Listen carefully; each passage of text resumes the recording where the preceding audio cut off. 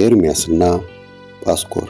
በእግዚአብሔር ቤተ መቅደስ ውስጥ አለቃ የነበረው የኢሜር ልጅ ካህኑ ጳስኮር እነዚህን ነገሮች ኤርምያስ እንደተነበየ በሰማ ጊዜ ነቢዩ ኤርምያስን መታው። በእግዚአብሔርም ቤተ መቅደስ በላይኛው የብንያም በር በእግር ግንድ ጠረገው።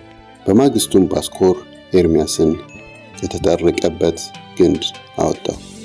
ኤርምያስም እንዲህ አለው፣ እግዚአብሔር ከእንግዲህ ማጎርሚሳቢብ ብሎ ይጠራሃል እንጂ ጳስኮር አይልህም። እግዚአብሔር እንዲህ ይላልና አንተንና ባልንጀሮችህን ሁሉ ለሽብር እዳርጋለሁ። የገዛ ዓይንህ እያየ በጠላቶቻቸው ሰይፍ ይወድቃሉ። ይሁዳን ሁሉ ለባቢሎን ንጉሥ አሳልፌ እሰጣለሁ።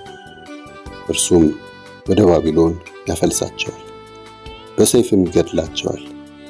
የዚህችን ከተማ ሀብት ሁሉ ጥሪቷን፣ የይሁዳን ነገሥታት ውድ ዕቃና ንብረት ሁሉ ለጠላቶቻቸው አሳልፌ ይሰጣለሁ።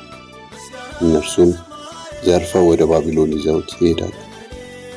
ጳስኮር ሆይ አንተና በቤትህ የሚኖሩት ሁሉ ወደ ባቢሎን ትጋዛላችሁ። አንተና በሐሰት ትንቢት የተነበየላቸው ባልንጀሮችህ በዚያ ትሞታላችሁ፣ በዚያም ትቀበራላችሁ። የኤርምያስ ማጉረምረም። እግዚአብሔር ሆይ አታለልኸኝ፣ እኔም ተታለልኩ። አንተ ከኔ እጅግ በረታህ፣ አሸነፍህም። ቀኑን ሙሉ ማላገጫ ሆን፣ ሁሉም ተዘባበቱብኝ። በተናገርሁ ቁጥር እጮኻለሁ፣ ሁከትና ጥፋት ብዬ አውጃለሁ።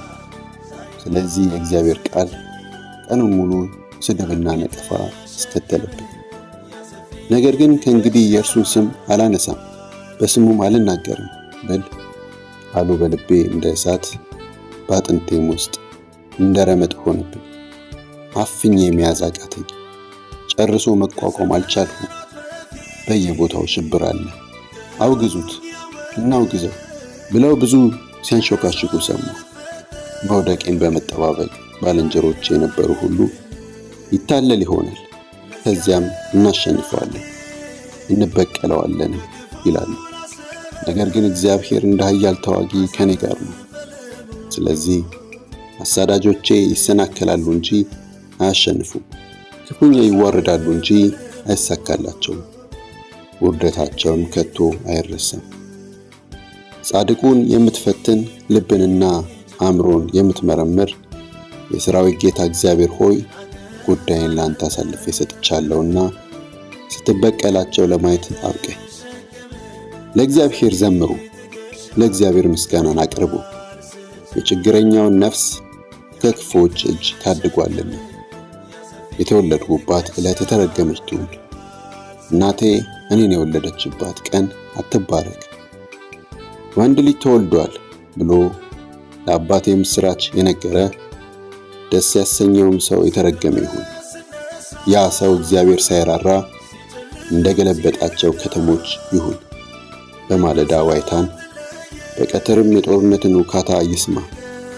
እናቴ መቃብር ትሆነኝ ዘንድ ማኅፀንም ሰፊ የዘላለም ማደሪያ እንዲሆን ከማኅፀንም ሳልወጣ አልገደለኝምና ችግርና ሐዘንን ለማየት ዘመኔንም በውርደት ለመፈጸም ለምን ከማኅፀን ወጣሁ?